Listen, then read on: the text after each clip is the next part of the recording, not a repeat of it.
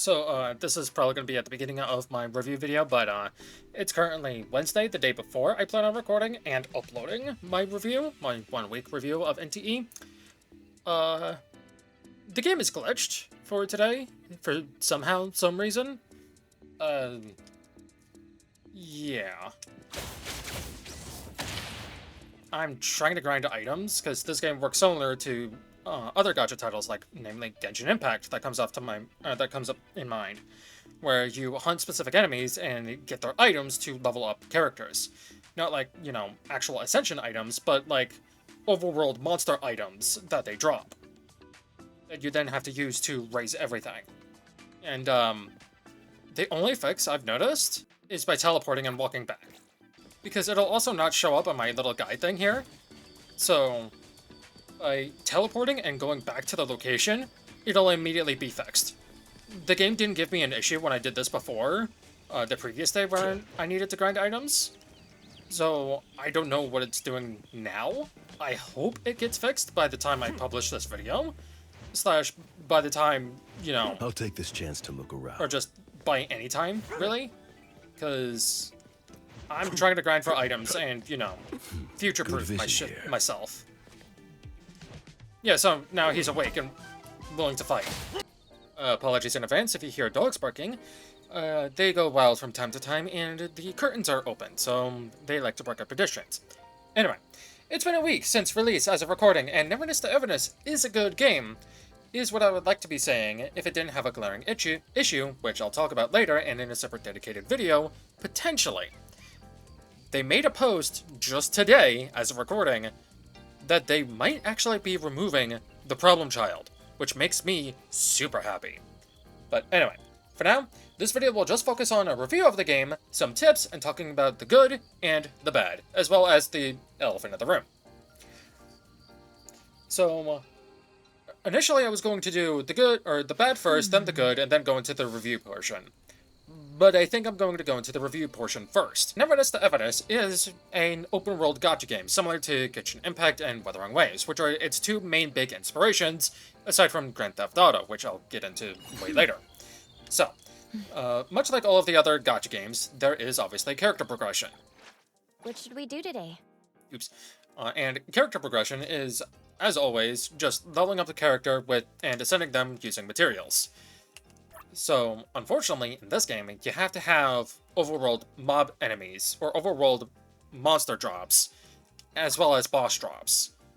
Boss drops cost 60 stamina, as opposed to just being able to grind these daily, but you need a lot of these, and good god, there is no simple way, at least I don't think so, of obtaining these. Now, yes, there is the exchanges and whatnot, but it's more reliable to just grind the material and go out into the open world to get them. You have your arcs, which are basically, to think, your weapon engine, your light cone, basically your weapon of the game. This is just a piece of equipment that's like a stat stick, but it has bonus effects. Develop just means leveling it up and enhancing it. Mixing is basically just superimpose / refinement, and then details to learn what each thing does. Console is your gear system in this game, where if we're going to equip, your cartridge is this piece right here, and depending on the piece, you have to use 4 specific pieces. So, for instance, since I'm using this thing, I need to have a right corner, a left corner, a 2 wide, and a 4 long, in order to gain the 4-piece effect bonus from this. Awakening is your dupes, and in this game, as long as you get a dupe, you can choose any of these 6 to give your character. So for instance, with 0 here, I've chosen these 3, specifically. I've chosen Undecided Factors, Anomaly, and Theo, but then you get the Resonance effect when you reach level 3 and level 6, which is awesome. And another thing, once you reach 3, the card becomes animated.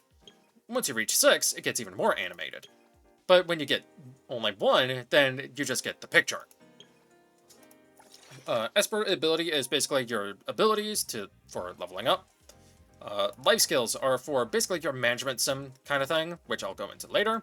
So you got your basic, your skill, your ult, a support skill, and then 2 passive abilities as well. And then you have your profile. Now, we're not done yet. So, by clicking that, you'll see the screen here. So, as an example, 0 here is a Cosmos, recommended orc, solid. Different states of matter, solid, gas, liquid, plasma, etc. Instant cycle burst DPS, which means 0 comes onto the field, does a burst of damage, and then quickly gets off the field. So like a sub DPS, kind of. So because 0 is a Cosmos element, which is right here, she works well with Lakshana, which is this element. And by using a Lakshana unit, she triggers Remora. The target enters Remora for 5 seconds after triggering Esper Cycle, slowing their movement and attack speed. So, yeah, it tells you all the stuff, and then if you use the top 3, which is Anima, you gain Charge.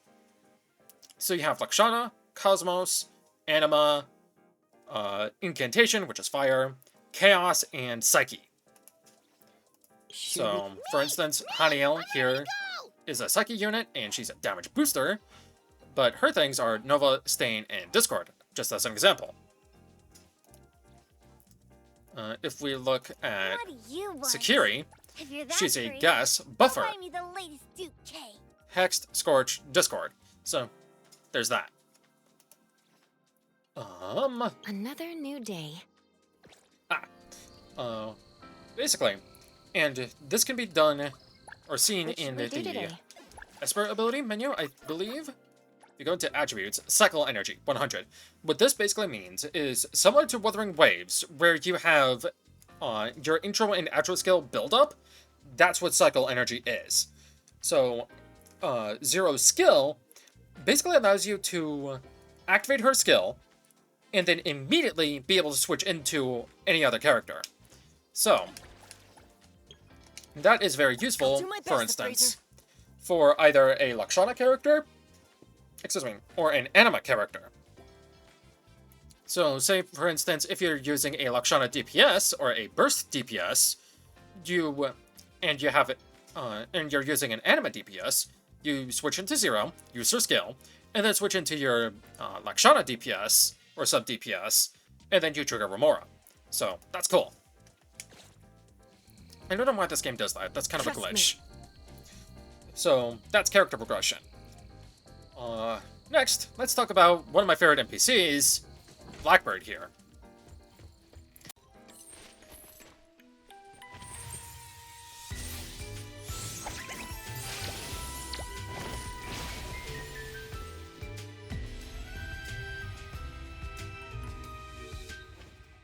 So, Blackbird What lost souls cling is your means of basically explore the world and go out and collect these Oracle Stones, which are these tiny little birds that will appear on the map with a little graphic and say, hey, I'm here. So think of these as like your oculi from Star Rail. So there's over 200 plus of these in the game, and by achieving these milestones, you get bonus rewards, such as increased stamina. The one you want to aim for is level 3, where you get this nifty little item here. The Oracle Crystal. Reveals all Oracle Stones within a certain range. A max of 3 can exist simultaneously, and you bet your sweet ass I use this.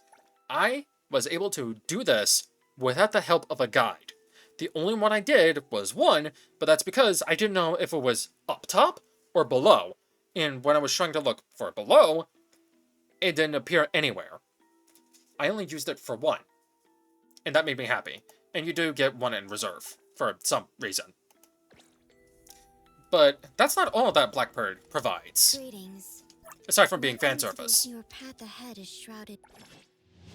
As a daily thing, you can do Treasure Hunt Divinations, which shows you a Oracle Stone. Blessing, which gives you a random buff for the day. So, for me, I got attack percent, or attack plus 15%, and a Lost Tail, which doesn't really show you a quest, it just shows you something. So, yeah, Lost Tales, the Witch's House. I have heard many stories that were never recorded, living stories. Perhaps you should go and listen to them. Remember, all encounters are destined. I don't exactly know what they are for, but yeah, that's basically that. Anyway, Blackbird Hot, please make her playable. So, next up. Account progression. So, Abrasive level, so similar to Genshin and all of these other gacha titles, this is basically your world level. So, the higher your world level, the better gear, the better drops you get, etc., etc. Your hunter level is your account level. And your hunter reward is basically tied to that, where whenever you level up, you gain rewards, and so on and so forth.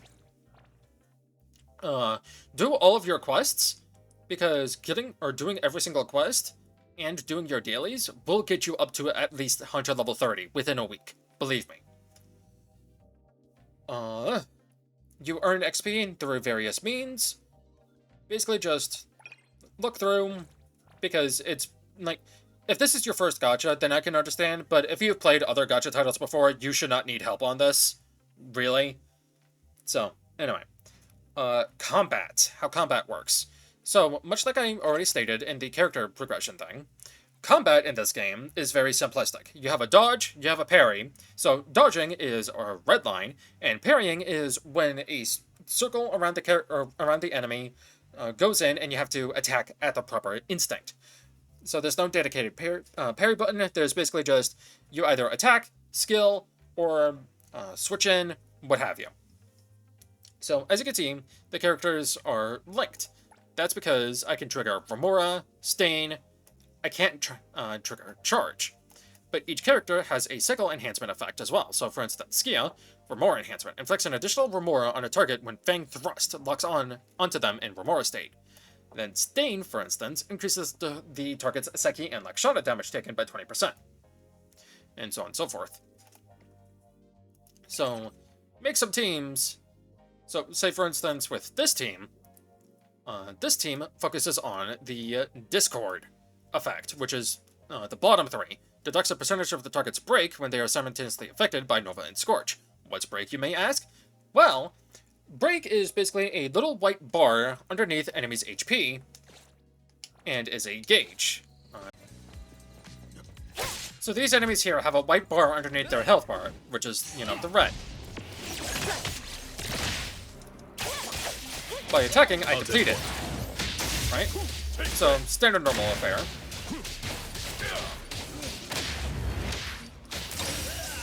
And if I break their white bar, then they will be stunned for a certain duration of time. They'll be stunned and take increased damage, I believe, anyway. So, that's that. So, you definitely do want to prioritize and focus on breaking the enemy gauge, especially if it's a boss. And as you saw with those two enemies, again, the red line was, needing to dodge in time, and then the circle thing was needing to parry in time, which is basically just attack, skill, what have you. So, that's how combat works. Very simple, very engaging, very fun. You do have to keep in mind the elemental reactions, though. In my personal opinion, you do not want to form a team. So, say for instance, this team. If I take out Skia and I put in Ji Yuan, I won't be able to gain a benefit from an elemental reaction, which is what I'm going to be calling it for simplicity's sake. Because Hanael is a Seki character, and there's no link up for Anima with her. So in order to gain her ability, I would need to either have a Lakshana or a Chaos character in the group. So there's that. So always prioritize characters or elements that are linked together, and then go from there. Next up, let's talk about how the gacha functions. Damn it, 68. So, you can just start it, but don't worry, you won't be doing any kind of pulls. So, the gacha is basically a little board, because each pull is a die roll, and you actually get to see the die roll in question. So it's a 1d6 per single pull. So every 10 pull is, 10 rolls on the board, and depending on the on where you land, that's what you get. Very simple. When you get to 70, the board will change its state, so it will give you an increased odds of getting an S-rank character or just an S-rank thing. Yes, triggers board modification after roll times 70. guaranteed an A class with a 10, guaranteed S class with a 90. So, I would not recommend doing single pulls once you hit 70. I would recommend doing a 10 pull. You may never know if you get double S rank. Believe me, I've seen double S rank or double 5 stars / S ranks before. I've had that myself. Nearly 3 times now, I think, in all of my gacha career. So that's the simplest way of how this gacha works. The purple and gold chests have a percentage odds of giving you an S rank / A rank character as well. And I don't know why it's taking forever.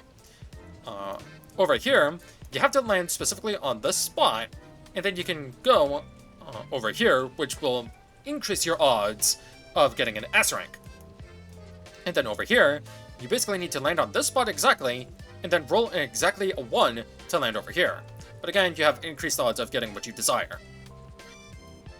So, yeah, pray for low rolls when you get over here, and over here, pray for high rolls when you get here. Now, also on the board, if I can find him, is this little guy right here, where when he shows up, if you manage to get him within enough rolls, you will get bonus rolls as well. So, keep that in mind. For the limited banner, the character is actually guaranteed after 90 pulls, which is insane. So, no 50-50 you have to worry about. However, there is the Arc Research, which, for whatever reason, takes keys instead of dice / whatever. So, do not do what I did and exchange all of your pulls for dice, thinking that you're going to be hitting pity. Instead, just, repeatedly do, yes, I want to spend 1600, which, by the way, one single pull is 160, which is the correct amount. I'm looking at you, Arknights Enfield. I'm still pissed off about that.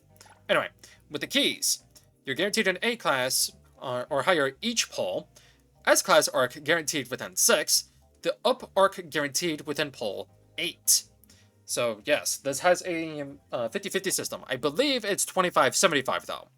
So you get a one of these S class guaranteed within 6, but 2 more 10 pulls guarantees the one on the banner. So you need 1600 less you would for the banner, which is good, I feel. And the game does give you enough pulls as well, which is nice. Let's talk about the standard banner characters for a minute here.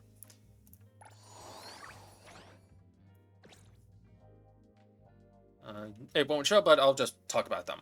So, much like any good old gacha game, after you do a certain amount of pulls, you will get a standard banner character. However, this game is different. Unlike other gacha titles, after 50 pulls, you're able to select what S-rank character you want out of a pull of 6. Excuse me. However, unlike other gacha titles, the pity from the 50 that you used for standard carries over because it's not a separate starter banner, unlike all of these other gacha titles. It's actually the standard banner, and that is so smart, and I've not seen that in a gacha title before. I don't know if any other gacha title has done that, but I think that's the future for gacha, in my opinion. So, you get to pull at a discounted rate, so you get to do 50 pulls at the cost of 40, and you get to keep that 50 pity, which means you need 40 more pity to get an S-rank character. And that's the thing. I urge you to not spend your free character until after you see who you get. Because believe me, I wanted to pick who I wanted before I knew, oh, the pity actually carries over.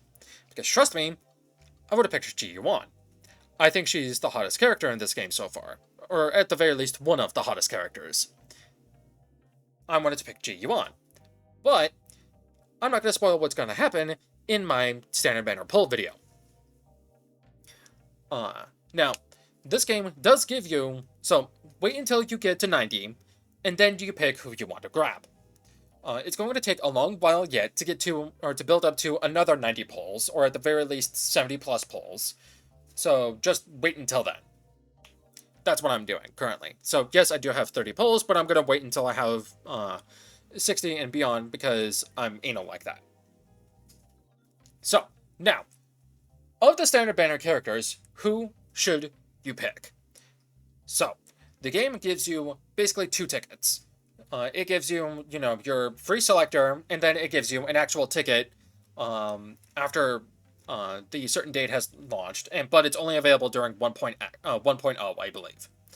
So, let's go into the characters. So, let's start off with the characters I'm going to recommend. So, let's go from least to highest priority. If I'm being honest, your least priority is Fedea. Don't get me wrong, she's hot as hell, and I also like her art. But she's a Psyche character, and you're given Hanael completely for free, and Aurelia. Aurelia being a DPS. Psyche is a survival class character, but any damage dealt to the party is dealt to her instead. And she can drain HP from enemies as well. I would only suggest her if you really think she's hot, / like her character, like her art, or if you want to prioritize boss killers, or boss killing, because she is really useful against bosses, specifically. Now, I know what everyone is going to say, as well, for this next character, but I kind of disagree. And that's Hathor. I don't know if Hathor is still bugged, or glitched, or what have you, but from various people I've done my research on, in terms of their videos, or just watching their videos, they suggested Hathor the least because of how buggy she is, because her skills aren't working properly, what have you. Now, I understand that Hathor's free Best in Slot basically gives you a free motorcycle skin, and she can ride the motorcycle, unlike with where you can only ride your vehicles as 0, which, by the way, I will be talking about vehicles in a later section. Now, yes, I am aware Hathor is a character-specific furniture item, which I'll go into in a minute, or in a moment, and she gives you this hamster ball furniture, where after you level it up a bunch, you get a free module every so often, which is that gear piece, which, yes, again, I'll go into later. While that is good, I personally don't see much stake in getting a random what if, personally. Yes, I do like her, and yes, being able to ride a sick, nasty motorcycle is fucking awesome, but she is the second and least priority. Now, this one will change, depending on if you plan on pulling for Lacrimosa or not. The third one I'm going to recommend is Daffodil, for one reason and one reason only. I believe she is the only break DPS character in the game currently, meaning she excels in breaking the target's gauge bar. And Discord is really fucking useful for that.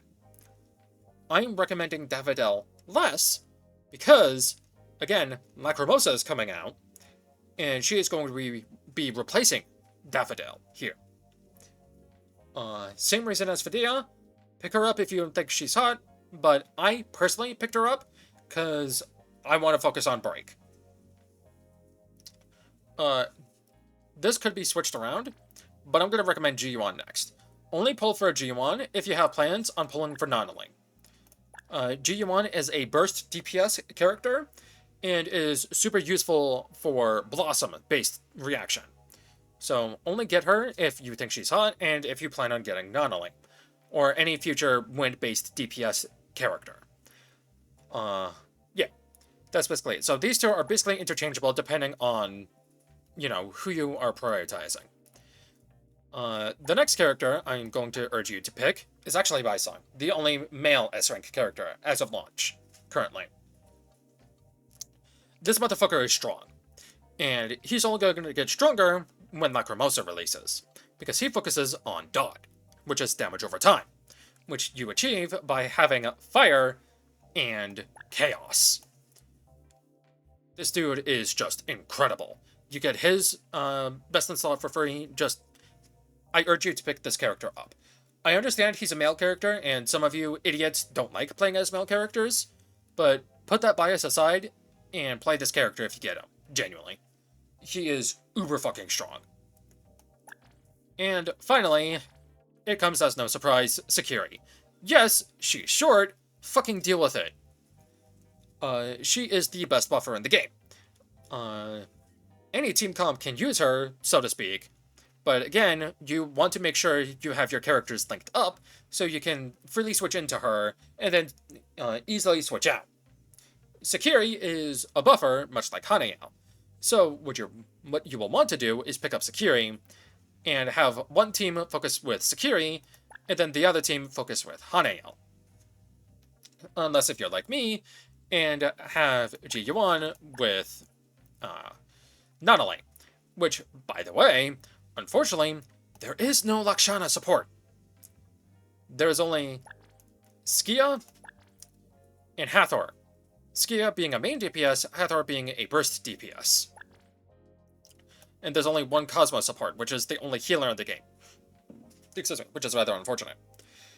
So, as a too long didn't watch, I'm going to recommend Vidya the least, and then before her is, or after her is Hathor, and then these two are interchangeable, Daffodil and J1.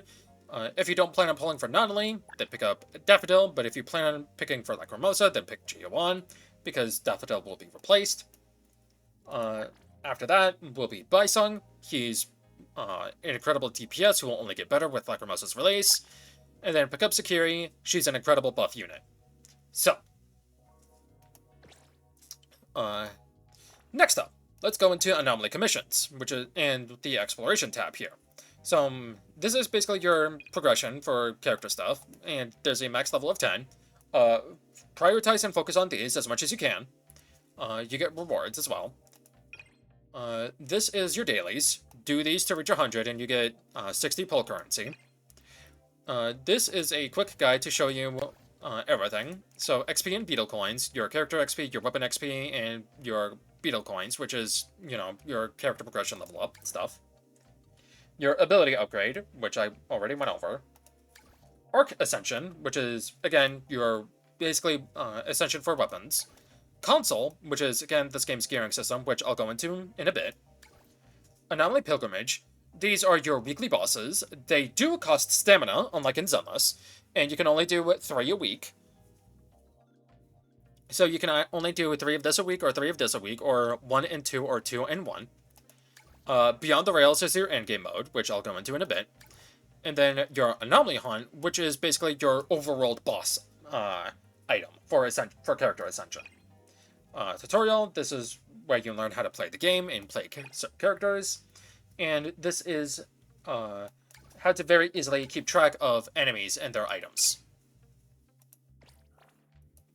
Now, let's actually go into Anomaly Commission for real this time.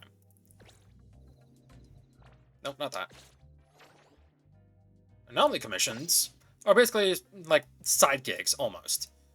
Prioritize ones with 4-star rating, because those ones will give you S-rank arcs, which are, you know, useful for specific characters. Gun for those. High-risk commissions, think of these as the data fights from Wuthering Waves, where the higher the level, or the harder it is, and the more rewards you get. If you actually go to the event tab, which, you know, shows your login, your hunter's journey, so hit specific levels to reach specific rewards, hunter journal, which basically tells you shit, Big Owl Express, which shows stuff, city guide, which I'll go into this later, and then arc collection. If you view index, it'll actually show you everything. So Good Boys from Morphex, Serenity is from, well, Serenity, Beat King, Black Tome, Raging Flame, Never-Ending Arachne, Swallowtail, you get the picture. So all of these give you stuff. And then this one is different, and I'll go into what you should be doing for your dailies later. This one is from Mammon, which I've actually forgotten how to get this one. But yes. So do that. Next. Pink Paw Heist. Okay. So the pink ball heist is basically like an extraction game mode, sort of, so to speak, where you go into this separate zone and you collect as much stuff as possible within a time limit. I'll show you. You can do the pink pause heist. However, you can only earn up to 1 million per every, I believe it was either 12 days or 14 days. You have a limited time of 12 minutes to do this, and basically just go from there. There's plenty of videos going over different routes that people take, etc., etc. Very simple, easy to understand, go from there.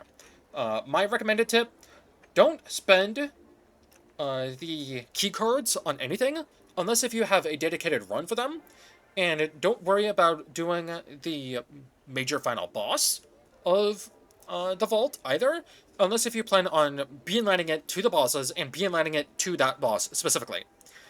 Which, by the way, the boss takes 2 specific items, one of which is guaranteed to drop always, so long as you beat up 4 guards, the other, not so much. However, both of these items you can carry multiple copies of. So for the cube, you can copy 2, or you can carry 2. For the keycard, you can carry 3, I believe. Not only that, but you can complete certain milestones as well, and it'll give you bonuses. Or it'll give you bonuses as well, so there's that. This doesn't cost city stamina, which is huge. I thought it did, which is why I didn't spend city stamina for a majority of my first few days, because I was worried it was going to cost city stamina, but it didn't, and that makes me happy. So, next up, let's talk about properties. These cost an arm and a leg, believe me. So, you'll unlock this one pretty quickly, and you'll get the fawns for it, and in each apartment, you can set up a bunch of different, furniture items. However, there's also anomaly furniture, which you get by doing certain things. So, for instance, these boxing gloves I got from beating up, boxer-based anomalies. And they're pretty funny because it's a JoJo reference. Quite literally. Yeah, boxers respect. So, there's the Blind Bammon, Unknown Color, which allows fast travel, the Cuckoo Alert, the Cloud, and so on and so forth. And by doing more of these, you can level them up. And each apartment has a different set of anomaly furniture you can use. This is where the hamster ball comes into play here. Unlike Starry Express character Hathor, feed hamster balls to obtain modules of different rarities. So that's what I was talking about when I was speaking about Hathor. Not only that, but with these, you can also invite specific characters too. So that's cool. But in order to invite specific characters, you need to reach a certain bond level with them. So bonding is basically just feed them gifts, and you'll see what their favorite gifts are. I still have no clue how to obtain this one. But feed them their favorite gift, and their affection will go up. And you can look at their details, and then their bond reward. So at level 4, unlocks Mint's basic interactions, used to invite Mint to visit your home, unlocks the date encounter. And as you progress, you even get a free skin out of it.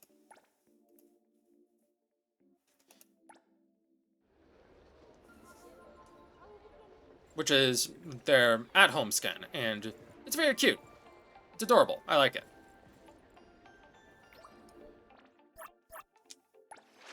So, there's a max level of 10. Go from there. However, unfortunately, Aurelia is the only one who's capped at level 2 for now. But everyone else is level 10, and you get rewards. I don't know if Hathor can actually reach level 10. Okay, she can. She's just one of the few characters who doesn't have a skin at level 10 for some reason. So, and not only that, but with the bond system, you are given the chance to do a daily gift. And you can only do this up to 7 times a day, but you can only give 3 gifts to a character. So basically, you can prioritize on 2 characters, so 2 characters getting 3 gifts, and then one character getting one gift. However, a handwritten letter, this gift is not subject to the daily gifting limit. So if you give a character this, and you've already reached your daily limit, don't worry about it. You can still give the character that. So there's that. And by doing Bond, you also unlock the availability to have a character ride with you, either a shotgun or behind you on the motorcycle, but only certain characters can do that. So for instance, if I go into City Tycoon and go into Garage, don't worry, I'm getting there. If you click this section, you'll see Select Passenger. Because I've not reached the Bond level with these two yet, I can't select them. However, I get a different selection of characters for the motorcycle, as you can see. So there's that. I may as well talk about this now since I'm already here. Let's talk about the City Tycoon. So, this goes up in levels, dependent on how much Fawns you've earned in total. Fawns is this game's other currency, used primarily for any kind of city function you want to do. So, for instance, for me right now, I need to reach 5.3 million plus in order to level up from 18 to 19 and unlock Chiz. Me? I'm here.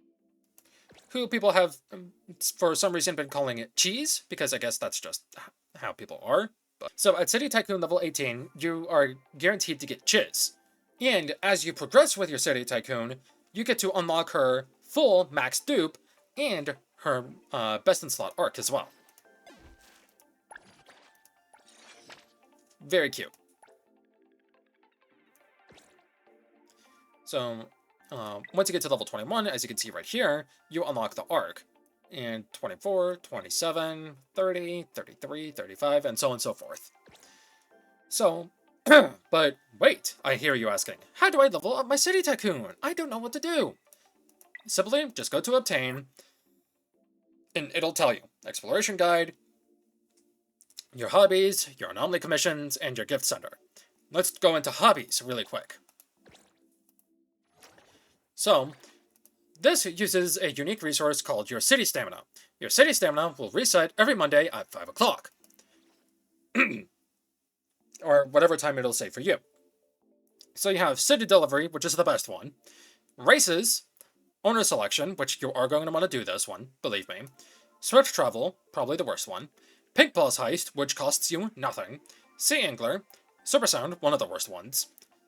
Basically Tetris, which is kind of fun, and Little Sparrow, which is Mahjong. I would not recommend this one unless if you like Mahjong. Per 1 stamina, you get 1,000 Fawns. I would recommend prioritizing Owner Selection and City Delivery whenever you can. City Delivery resets daily, so focus on this one. You also get a Mysterious Cargo Delivery every week, or once every week. So prioritize on this one. But I think for today, for me, personally, I'm going to be doing the cafe, because I need to work towards completing that. So, much like with races, where you get bonuses, so if I go into challenge here, win the race, finish with a lead of 50 plus, finish with a lead of 100 plus, I get some Fawns, and it still costs me stamina. I would only suggest doing these once you get a good car to do them, because trust me, you will get to win the race in under a certain amount of seconds.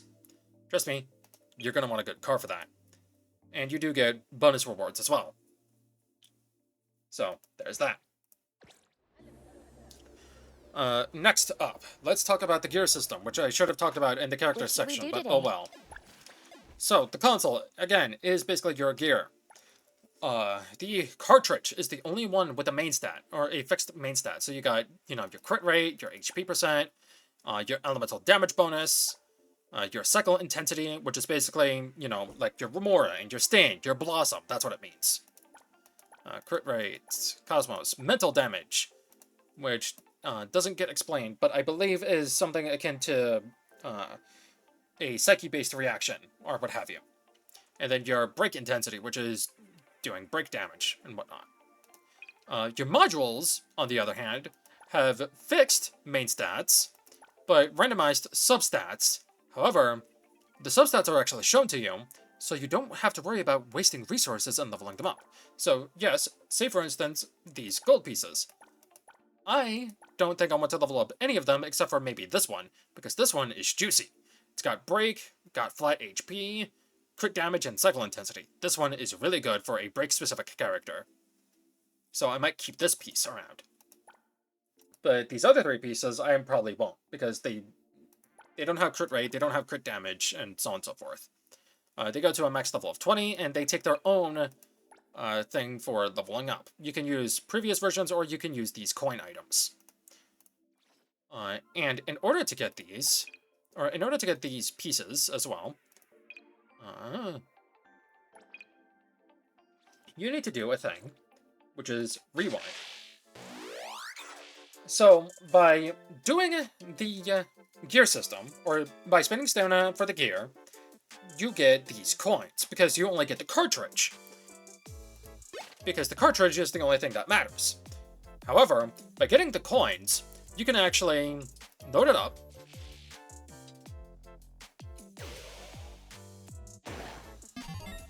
and get a piece, like so.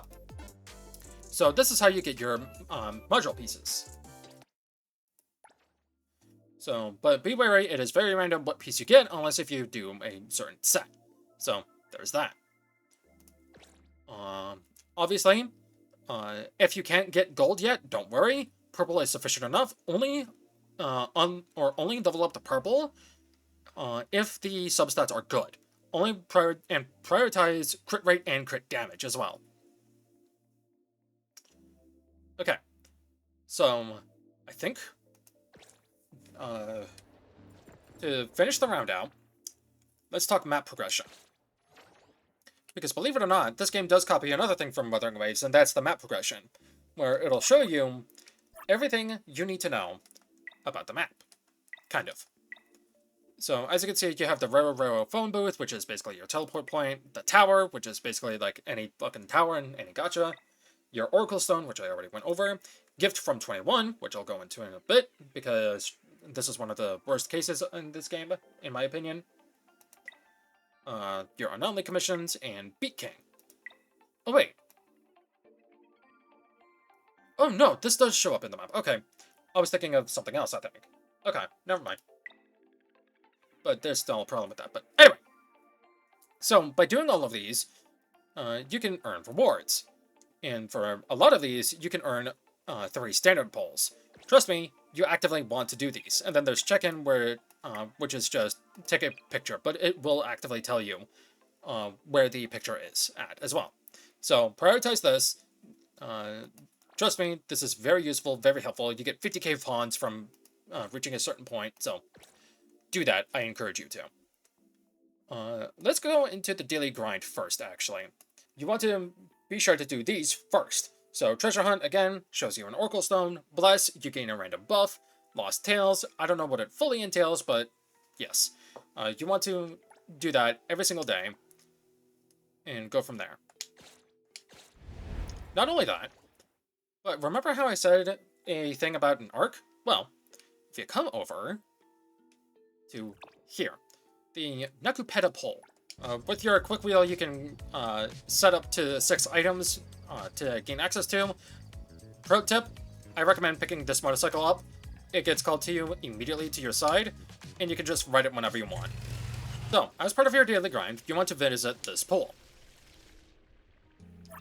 Make a sincere wish. Always do sincere wish.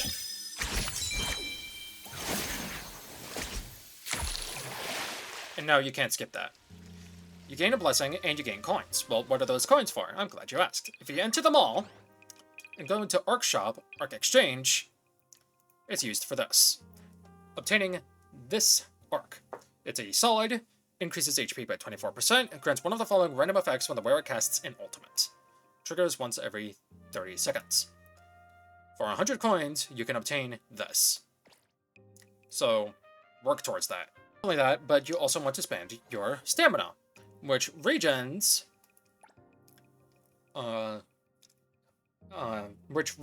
every 8 minutes for 1. So again, much like Genshin Impact, there is a max of 320 stamina. I am not certain, I don't think there is, but I'm not certain. I don't think the stamina will overcap, meaning, or overcharge, meaning, much like with Star Rail and Zenless, if you hit max cap stamina, after a certain amount of time, you regen an additional 1 point of stamina. I don't know if this game has that. I don't think it does, but again, I'm unsure. And finally, there is a wanted system in this game, where by just being a public nuisance and a public disturbance, you get, you basically get a GTA system of a wanted level. Keep being a public nuisance, and you get a surprise waiting for you. If you are unable to win, slash if all of your characters get KO'd, you are sent to prison, in which you then have to escape. Well, you can escape, you can pay your tuition, or your bail, or you can just wait out the days. I would only, not only that, but prison also resets on a daily basis, at least I think. It's either daily or weekly, I don't know, but trust me, you do want to go to prison every day, because you get items that are needed and necessary to get specific rewards. So there's that. Now, I think that's everything that is unscripted I wanted to talk about. Your Circle Bounty is your Battle Pass, pretty standard for gacha titles. I already went over Exploration Guide. Your Formation is how to set up your team. I already went over Bond. Achievements, pretty self-explanatory. Inventory is, well, your inventory. It shows you all of the items you have on hand. I guess I didn't go over this one. The Cafe by Oregon. So, you want to manage this as much as humanly possible. This is your only other means of passively getting fawns. My recommendation to you, if you plan on playing for an extended period of time, set this to 4 hours. Like, if you're playing for more than 4 hours, set it to 4 hours, come back and check it every 4 hours. However, excuse me, if you only plan on playing for 24 hours, you can actually go into Restock, and you can go for 24, 24, or 72. I would only recommend the first two, because you still want to log on daily to do your dailies.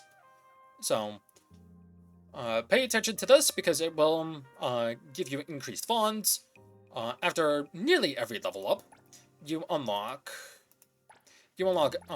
some recipes, and after that, you gain an you basically get to level up the recipes as well, which is fucking stupid. I hate that. Then you have your management, where you basically put down a bunch of stuff, and trust me, you do want to do this, just to increase your popularity. So, go from there at your own will. And yes, the furniture items do cost funds. Oh well. And at certain milestones, you'll be able to buy a new location. So for instance, for me, once I reach level 25 of this, I get a new location and the availability to sell 5 items. So there's that. And I think with that, that is all I have to say about the exploration and all of this game's systems. Apologies for how rambly I've been, but now let's go into the good, the bad, the ugly, and wrap up this video. Now let's get into the scripted portion of the video. So, apologies if there's going to be nothing happening on screen. I'm not going to do the endgame content, which, by the way, endgame is basically like Spiral Abyss, Tower Adversity, etc. Where you have to build 2 teams of 4, and you just, you know, achieve the goal for that. But the first few floors, you don't have to worry about 2 teams of 4. Prioritize and focus on 1 team, at least. So, anyway.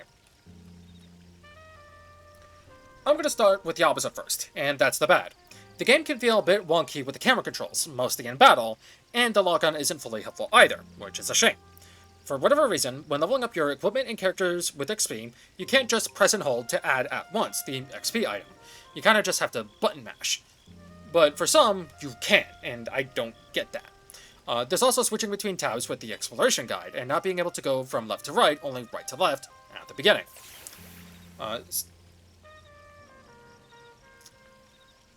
In the Pink Pulse heist mode, which I'll talk about in the review portion, which I did, there will sometimes never be an escape booth that will always stay around. So you'll be completely screwed over. Yes, there's one after the boss, but that requires both key items and beating the boss in time. By which I mean, you obviously, of course, get to escape from the area after 12 minutes, but as time goes down, you might not be able to actually escape. The red phone booths you see, they will light up. If they're light up, or if they're lit up, you can escape. If they're not, then you can't. And chances are, you might not actually be able to escape, which is unfortunate. Some of the character actions in the apartments just don't want to work. I tried having Mint go to the bed in the first apartment, and she just wouldn't move there. Much like in Genshin Impact, this game's stamina regens 1 per 8 minute, and as you can imagine, that's not good. Ideally, it should regen every 4 minutes at least, especially since you get 300 plus stamina. I'm aware that there's an anomaly guy who can point you in the right direction, but the fact that there's no marker for Gift from 21, I typed this out, not realizing, oh wait a minute, I think there actually is a marker. I've been pinning them on the map anytime I see them. I'm not sure if it's actually that or if it's the little bird. I think this one's a genuine mistake on my end. But unlike with the Oracle Stones, you don't get an item that actually has an AoE that shows you, hey, we're here. So, thank God I've been pinning them. Like other gachas, you need to grind on the overworld mobs for the materials, but you don't get nearly enough as usual. At least, they respawn daily. Some might not see this as an issue, but I'm still gonna bring it up. Can these gacha games stop releasing a gacha with under 20 characters and stop having more than one combo of a character? What I mean by this is Mint, G1, and Nunnally are all wind DPS units. We do not have a wind support character as of launch. We don't have a Lakshana support character. At the very least, we do for Psyche. And we do for Incantation, as always, because fire is always there. That's one too many units. We don't have a Lakshana support, any Chaos unit, aside from 2 S ranks, well, soon to be 2, and so on. I think there's more negative to talk about, but those were all the things I could think of as of current, so. With the negatives done, let's talk positive, but with a grain of salt. I'll get into why in the following separate video. Maybe. They do plan on removing it, thank God. First off, I appreciate how vibrant and full of color this game is. In comparison to its one of its inspirations, Wuthering Waves, where that game is muted as fuck. Muted, dull, drab, etc. Yes, it's gorgeous, but it's dull. This game's elemental system is also actually of use, unlike in Wuthering Waves. Again, I already explained why in the combat section of the video. Next, I do like the designs for a handful of characters. My favorite is Ji-Yuan. She's sexy. I also like Daffodil. She's also hot. Aurelia is just really pretty. I don't like her jellyfish, though. And I don't like running as her, because she will hum every 2 seconds, and I wish they would change that. I don't know if they have. I haven't tried yet.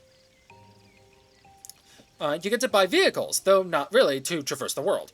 By which I mean, you do get to buy vehicles, but they cost upwards to a million plus fawns in order to buy, aside from the motorcycle. Which is stupid when the apartments cost that much and more. And you want to unlock the apartments first. So, yeah, I don't get it. I know I'm being a dead horse at this point, but this game, for now, at least respects your time when it comes to grinding for characters, minus the overall mob materials.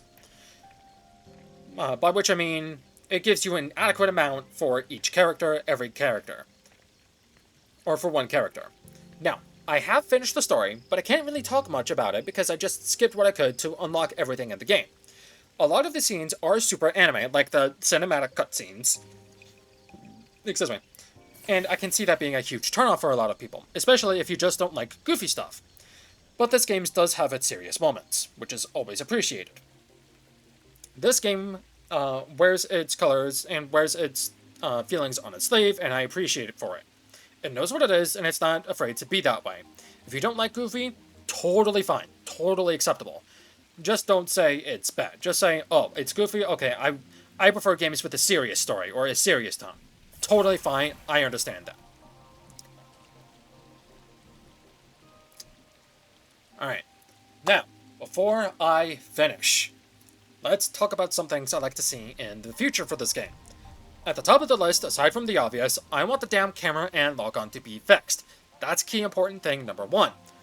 Lock-on's gotta be fixed. I do not want to have to fight the camera whenever I'm playing this fucking game.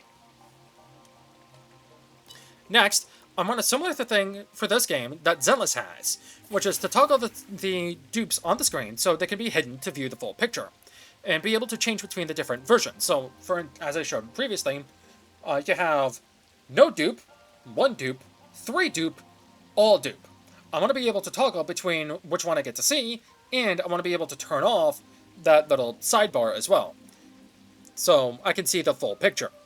And I would like to be able to see the full picture as well, / the full animatic. Much like with Honkai Star Rail's Lightcom, where you can enhance it and look at the full picture. I want the same thing for this, for the dupes. Now, I know this is not likely to happen, but I really want Blackbird to be a playable character. She's by far the prettiest character, and it'd be a huge waste of her to just be an NPC. Ideally, they'd keep her design as is for playable. If they don't, at the very least make it a skin that's free to obtain. And not by gacha board, but, from the shop, by spending 3 million fonts. That I'd be okay with. My other hope is to cut the Pink Paw heist wait time to just resetting every week, similar to City Stamina. Not only that, but I'd also like to have, at the very least, one other guaranteed Redo phone booth to be lit up at all times during the extraction game mode. Ideally, it's the one in the main hub room in the final area, right before going upstairs to fight the cube, or to get the cube. That phone booth should be the one that's guaranteed to always stay open, aside from the one in the final vault area. Because I feel like that one should also be guaranteed to stay open. I said this already, but I would like the stamina recharge time to be cut in half. Either 4 or 5 minutes at least. I'm not a car junkie, but I would like to see more variety in vehicles in this game, especially ones that are under 1 million fonts. Because I've had the starting car that the game gives you since the beginning of the game. I have not purchased a new car since. And I'm not going to do that until I unlock the last apartment and I get enough fonts to do so. And I think that about covers everything. Now, for one more thing. The elephant in the room. The use of generative AI. Allow me to repeat what I said for the thick-skulled watching this. The use of generative AI. Not like AI coding, not enemy pathing AI, no. Generative AI. By which I mean this. These billboards in this location play generative ads, or generative AI ads, that are in-world locations and in-world stuff. They aren't actually animated or hand-drawn, they are generative AI. Which is especially a shame for these two, because it is very clearly Kamen Rider inspired. And that's a shame.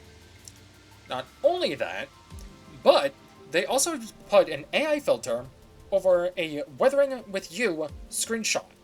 Weathering with You being an animated movie. So, on top of generative AI, they also stole and replaced with an AI filter, a shitty AI filter. Yeah, I'm not happy about that. If you, for some reason, don't give a shit, are okay with the use of generative AI, or think it's a non-issue, please seek therapy, if you haven't already. Because you are fucked up in the head to think that generative AI does not matter and does not, hold any weight in the grand scheme of things. Because it does.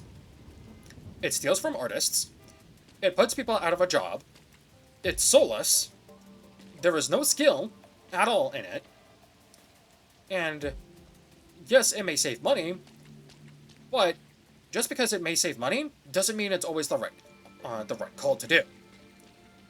I will never support generative AI for as long as I breathe. I still play this game because I didn't want to waste my time, and I didn't want to let time go by either.